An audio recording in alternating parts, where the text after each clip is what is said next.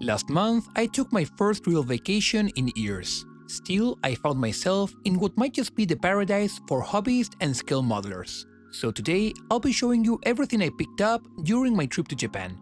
And just as a heads up, there will be another video coming out later this week focused on painting, as this is certainly not my usual type of content, but it will give you an idea of some of the projects to come.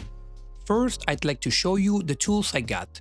Now, everything in here, well, originally from Japan, was actually shipped to me through JPFans, a professional Japanese proxy shopping service that lets international users buy products directly from Japanese-based websites. Buying my tools through them saved me a lot of time for actual tourism during my visit, and as you can see, everything came individually packed inside an additional plastic bag and arrived in perfect condition, just as if I had picked it up myself from a hobby shop. But let's have a closer look at everything I got, because it was quite a lot. First up, I got some aluminum mixing dishes. This pack not only came with 2 different sizes, but also included some mixing sticks and a couple of pipettes. I have already been enjoying them when preparing oil washes, as well as when diluting paints for airbrushing, thanks to that little notch that makes transferring paint much easier. Next up, some proper sanding sponges. These cut hand packs came with multiple grits for achieving a smooth finish, and will come in very handy when cleaning up my 3D prints. Next, some nippers, for the plastic kits I got, as well as any further Warhammer kits. I got both the reliable Tamiya side cutters and the famous God hand nippers. I am excited to try them out and see how much of a difference there is between them. And it is finally time to say goodbye to the box cutter and hello to a proper hobby knife. This one, again from Tamiya, came with a bunch of spare blades stored in a separate container. Moving on, I couldn't resist picking up some very thin masking tape, mainly for hazard stripes, although I am sure I'll find plenty of other uses for them. Now, I use a lot of cotton swabs whenever I work with oils, so this Gaia Notes precision swabs immediately caught my attention. I also picked up a Finish Master, which is essentially a precision cleaning tool that uses wedge-shaped foam tips, meaning it won't leave behind any stray fibers. Just another alternative to test out whenever I'm doing some pin washing. I also got one of those clipper stands. I often find myself leaving model parts lying around while they dry, so I've been quite pleased with it for organization. It comfortably holds a surprising amount of weight as well. Finally, brushes. Again from Tamiya, I picked up some wooden handle modeling brushes with horsehair, which will become my dedicated brushes for base coating. This should help reduce the wear on my nicer brushes. I will also be using them when working with metallic paints which can contaminate the ferrule. Then we have the Modeling Brush Pro 2 series. These use Kolinsky hair and feature a thicker body that should make them more comfortable during long painting sessions. I picked up 3 different sizes, which I believe are roughly equivalent to a size 2, size 0 and a 000. This will mainly be used for the final 40 to 20% of the detail work on my models. All in all, at least compared to the prices from where I live, everything was a steal. And that is it when it comes to tools. So let's look at everything I bought while actually in Japan. But before we go to the things I'll be putting paint on, I also picked up 2 pieces of gear that should help improve the content moving forward.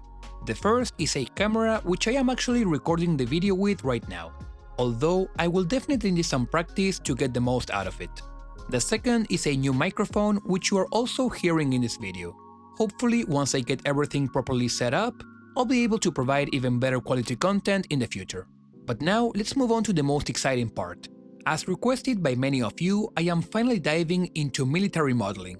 I picked up 2 tanks and a couple of infantry figures. These kits were roughly a fifth of what they would cost me where I live, so I really had to stop myself from buying more. With these 2 tanks though, I am planning a lot of weathering tutorials, as well as the classic face painting videos and other techniques for the figures. Please do let me know what you would like to see me try. I also found this Evangelion plastic kit, which seemed to be on display everywhere and looked really cool. The models are somewhere around 10 centimeters, so a bit big, but like the tanks, a fun opportunity to try new techniques. The sprues look incredibly clean, and while I don't know if I'll paint them for the channel, it was certainly a fun surprise to come across.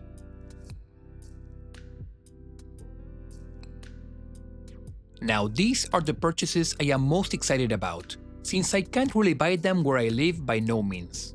I picked up 5 resin kits. I would have loved to buy more, but they are generally not cheap. I initially picked up the girl with the scarf after seeing one painted by Keigo Murakami. I also grabbed 2 busts from Arnau Lázaro. The RL bust will be perfect for a sheer cloth tutorial, while the ethyl one was actually out of stock for most of my trip. Then, on my final day, I did one last visit to Volks in Akihabara, and one appeared back in stock which I grabbed immediately.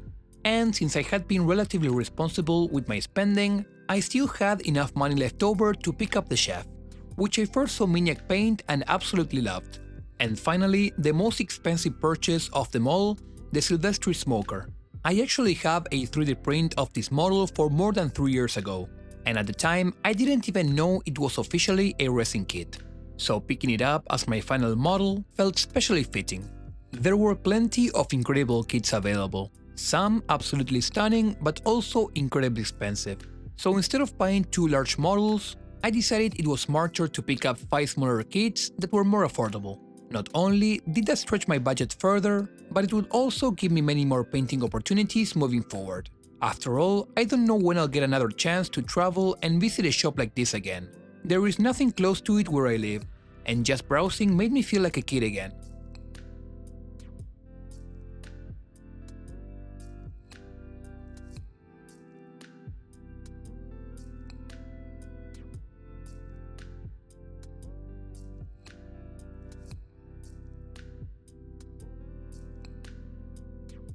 The final thing I picked up was a handful of figures.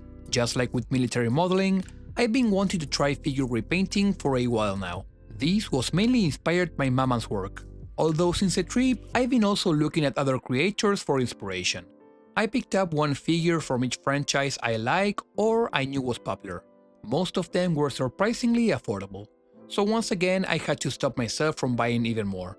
Some of them are also quite a bit larger than what I'm used to painting, but I am looking forward to learning this shell-shaded style, starting with a small 32mm 3D print, before eventually moving to this 10cm Goku I got from a gachapon machine, and finally tackling the larger pieces. I hope this video wasn't too boring and that you are as excited as me for the projects to come. If so, let me know in the comments what you would like to see first. And if you would like to get your own Japanese hobby goodies, I definitely recommend checking out JPFans through the link in the description. I will personally be using their services again in the future, although I should probably make a dent in this mountain of projects before I start buying even more things. Once again, stay tuned for a video on competition painting coming later this week. Afterwards, we will be diving in a lot of 40k content, with the release of the new Armageddon box. Thank you for watching and I'll see you again soon.